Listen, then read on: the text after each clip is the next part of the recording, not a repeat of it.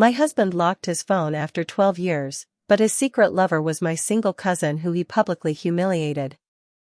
My husband Richard put a password on his phone for the first time in 12 years, and the second it happened, I knew something inside our marriage had changed.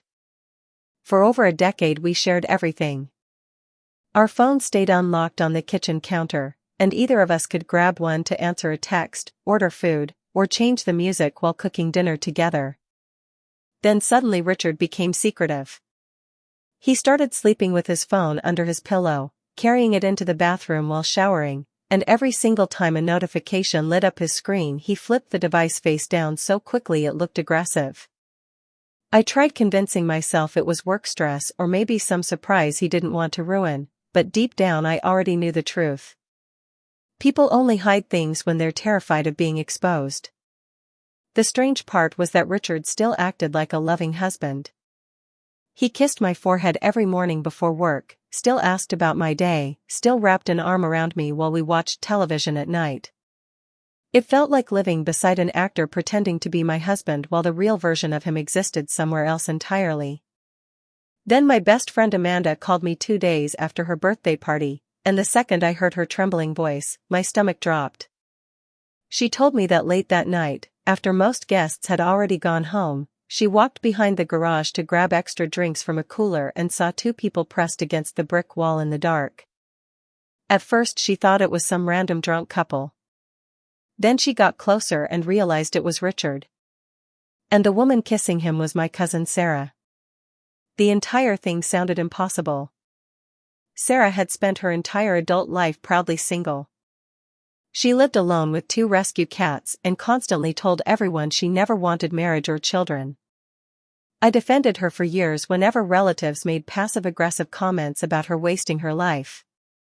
Meanwhile Richard openly mocked her every chance he got. At family dinners he made cruel jokes about her cats replacing children, and one Christmas he actually raised his wine glass and announced in front of everyone that Sarah was going to die alone and her cats would probably eat her face before anyone noticed. The whole table went silent. I remember screaming at him in the car afterward for humiliating her like that, but he only shrugged and said her attitude irritated him. So hearing they were secretly together made absolutely no sense, but once Amanda told me, I suddenly couldn't stop noticing all the signs. The hidden phone. The late-night work excuses. Sarah avoiding eye contact with me during family gatherings. Every small detail started fitting together into something horrifying. A few nights later Richard was in the shower when he accidentally left his laptop open upstairs in the office. I still remember how hard my heart was pounding while I walked toward the desk. A private browser window was open, and there was a fake social media account under another name with only one active conversation. Sarah. My hand started shaking the second I opened the messages, and within minutes I felt physically sick because this wasn't just an affair. It was something deeply twisted. Their messages stretched back almost 4 years, and suddenly all the public humiliation made sense. Richard wasn't insulting Sarah because he hated her. The humiliation itself was part of their relationship. I stared at the screen while my entire reality collapsed in front of me. Richard constantly degraded her in private, calling her pathetic, worthless, embarrassing, and weak, while Sarah practically worshipped him for it. One message from him said, "Nobody else would ever want someone like you. You belong to me." And Sarah replied, "I know. I loved when you embarrassed me in front of Stacy tonight. It makes me feel like I'm yours." I actually covered my mouth to stop myself from throwing up. They had turned my marriage and our family gatherings into part of their sick little game. Every cruel joke, every uncomfortable dinner, every fake argument between them had been planned behind my back while I defended both of them like an idiot. I wanted to scream. I wanted to run upstairs and drag Richard out of the shower. But instead something inside me went completely cold. I spent the next hour calmly taking screenshots of everything. Hotel reservations, secret messages, money transfers, explicit conversations, years of lies. Then I emailed every file to myself, closed the laptop exactly how I found it, and went downstairs like nothing happened. Richard came out of the bathroom smiling, kissed me on the cheek, and asked what I wanted for dinner while his phone sat hidden in his pocket.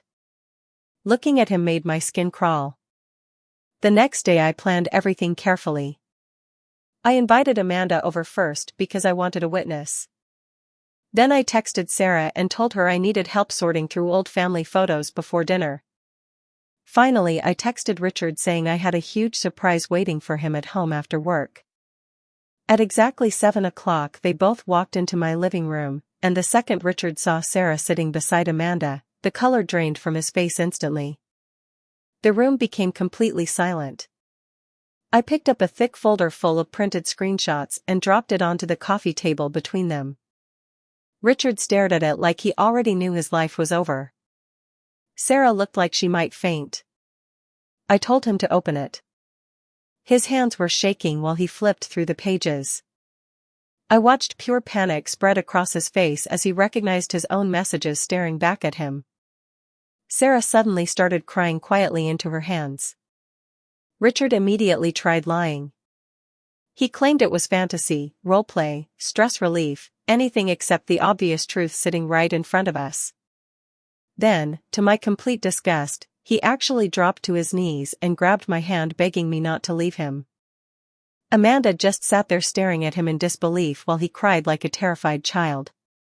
I pulled my hand away and looked directly at Sarah. "You spent 4 years letting him humiliate you in public just so you could secretly sleep with my husband behind my back," I said quietly. "Both of you are completely sick." Then I pulled out my phone.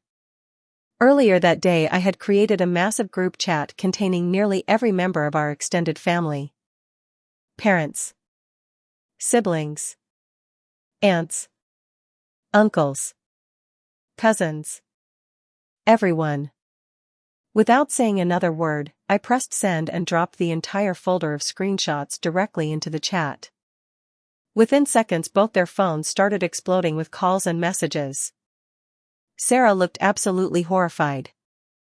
Richard stared at me like he couldn't believe I had actually done it. He whispered, "You ruined our lives." And honestly, that was the moment I finally stopped loving him. I looked him directly in the eyes and said, "No. You ruined your own." Then I pointed toward the front door and told them both to get out of my house. Richard packed bags that same night while Amanda stayed beside me the entire time. Sarah left first, crying so hard she could barely breathe. Within a week the entire family knew everything. Sarah's parents completely cut contact with her after reading the messages. Richard's reputation collapsed because rumors about the affair spread into his workplace along with questions about hidden money he spent on her apartment and hotel rooms. Friends disappeared almost overnight. People who once loved them suddenly wanted nothing to do with either of them. And the funniest part? Once the secrecy disappeared, their relationship completely collapsed too. Turns out their love story only worked when they were sneaking around in the shadows humiliating me behind my back. Without the lies, the thrill, and the secrecy, they couldn't survive each other. They broke up less than 2 months later. The divorce moved quickly after that because the evidence against Richard was overwhelming.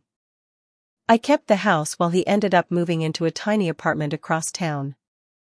Sarah eventually disappeared completely. Last I heard, she left the state and cut contact with almost everyone in the family. It's been 2 years now, and healing from 12 years of lies hasn't been easy. Some nights I still replay everything in my head wondering how long they laughed at me behind my back while I trusted them completely. But the first thing I did after the divorce was renovate the bathroom. I tore out the glass shower where Richard used to hide with his phone and replaced the entire thing. I wanted every trace of him gone from my life. Sometimes the betrayal still hurts, especially late at night when the house feels too quiet, but then I remember something important. Their relationship was built on lies, humiliation, manipulation, and secrecy. Mine with myself is finally built on peace. And every night now my phone sits unlocked beside me in complete silence, and for the first time in years, I can finally breathe.